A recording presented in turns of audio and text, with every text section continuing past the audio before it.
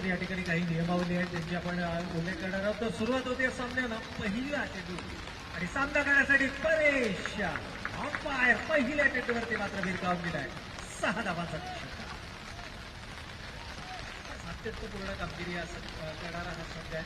या संघाचा संघनायक परेश या नक्की पारविते यावेळेला पॉईंटच्या डोक्यावरून चेंडू तटवलाय.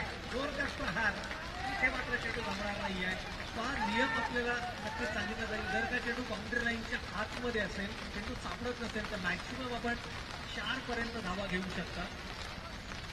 चौकाराचा इशारा देखील या ठिकाणी पहिल्या 2 चेंडूवरती मात्र 2 घणाघाती प्रहार आपल्याला स्पर्धेच्या पायामधून पाहायला मिळत आहेत. आयोजन हे छत्रपती शिवाजी महाराज क्रीडांगणावरती दिला जातं आणि अनेक असे खेळाडू आहेत, तरुण खेळाडू या स्पर्धेच्या माध्यमातून नक्कीच आपल्याला पाहायला मिळतात. याही वेळेला जणू पॅव्हिलियन मधूनच सेट होऊन हा फलंदाज मैदानाच्या आतमध्ये केला आलाय की काय केलाय. आणखीन एक दमदार प्रहार चेंडू सीमारेषेच्या पलीकडे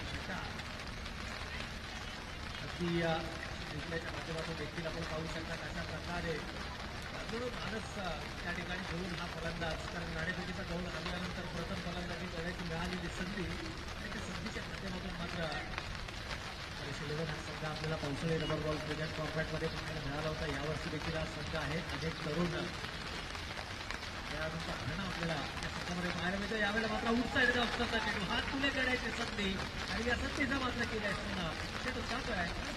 आपल्याला पाहायला मिळतो. एक षटकार भरून आलाय, परंतु इथे मात्र चूक केली आहे. पुण्यामध्ये चेंडू केला आहे जो स्ट्रॉंग झोन म्हणून मानला जातो. गणेश कडकेच्या बॅटमधून पाहायला मिळतं आणखीन एक गगनची षटकार.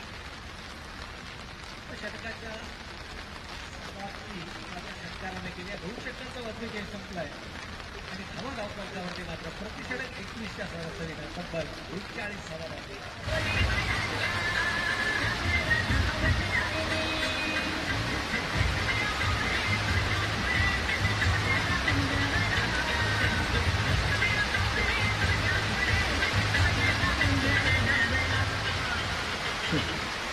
या ठिकाणी मात्र आपल्या वैयक्तिक 49 या धावसंख्येवरती पहिल्या सामन्यामध्ये मात्र प्रथम आपल्या फलंदाजीचा राबवत असताना कमालीची फलंदाजी. एक धाव कंप्लीट केली, दुसऱ्या धावेसाठीचा प्रयत्न इथे होणार का? होय, 3री धाव घेण्याचा